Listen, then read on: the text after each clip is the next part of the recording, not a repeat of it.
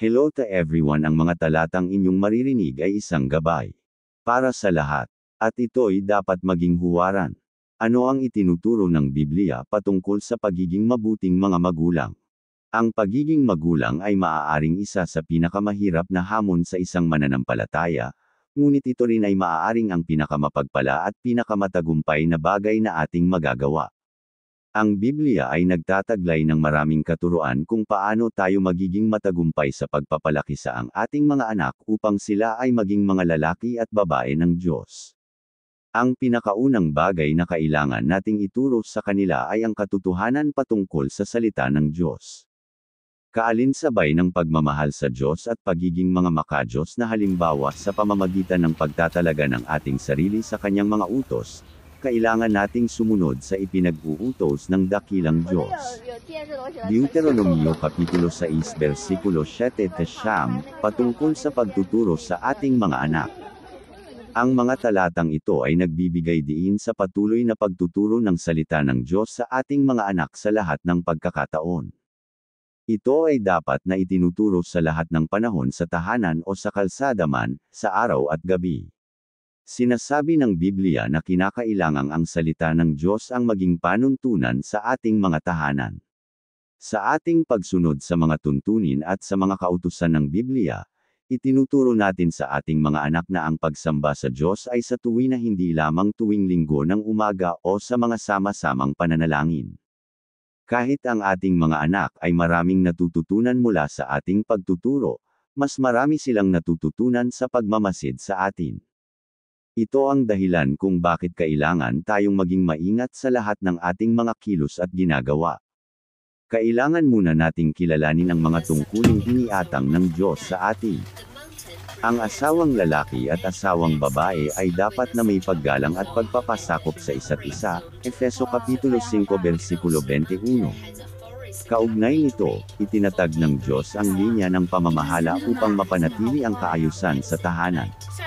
Ngunit nais kong maunawaan ninyo na si Kristo ang nakakasakop sa bawat lalaki, ang lalaki ang nakakasakop sa kanyang asawa, at ang Diyos naman ang nakakasakop kay Kristo, Unang Korinto Kapitulo 11 versikulo 3. Nalalaman natin na si Kristo ay hindi mas mababa kaysa Diyos, tulad sa asawang babae na hindi mas mababa kaysa asawang lalaki. Gayunman, kinikilala ng Diyos na kung walang pagpapasakop sa namamahala ang tahanan ay walang kaayusan. Ang tungkulin ng asawang lalaki bilang ulo ng sambahayan ay ibigin ang asawang babae tulad ng pag-ibig niya sa kanyang sarili tulad ng paghahandog ni Kristo ng kanyang sariling buhay dahil sa kanyang paibig sa iglesia, Efeso Kapitulo 5 versikulo 25-29.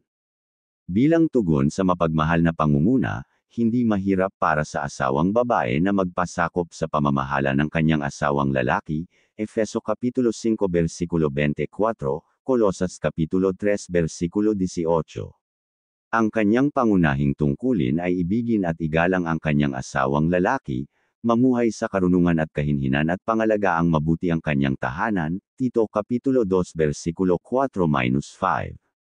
Ang mga kababaihan ay likas na mas mapag-alaga kaysa kalalakihan dahil sila ay nilikha upang maging pangunahing tagapangalaga ng kanilang mga anak.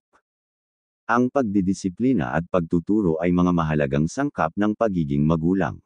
Ayon sa Kawikaan Kapitulo 13 versikulo 24, mapagmahal na magulang, anak ay dinidisiplina, anak na di napapalo, hindi mahal ng magulang. Ang mga anak na lumaki sa sambahayang walang disiplina ay nakadarama na hindi sila tinatanggap at hindi sila karapat-dapat sa kanilang tahanan. Kulang sila ng gabay at pagpipigil sa sarili, at habang sila ay nagkakaedad sila ay magiging palaban at may kaunti o walang paggalang sa anumang uri ng kapangyarihan, kasama na ang Diyos. Ituwid mo ang iyong anak habang may pagkakataon pa, kung hindi ikaw na rin ang nagtulak sa pagkawasak niya. Kawikaan Kapitulo 19 versikulo 18.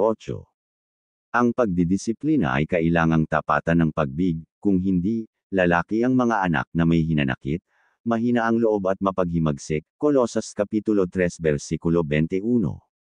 Kinikilala ng Diyos na ang pagdidisiplina ay masakit habang ito ay inilalapat, Hebreo Kapitulo 12 versikulo 11, subalit kung ito ay natutukan ng may mapagmahal na pagtuturo, pambihirang kabutihan ang maidudulot nito sa bata.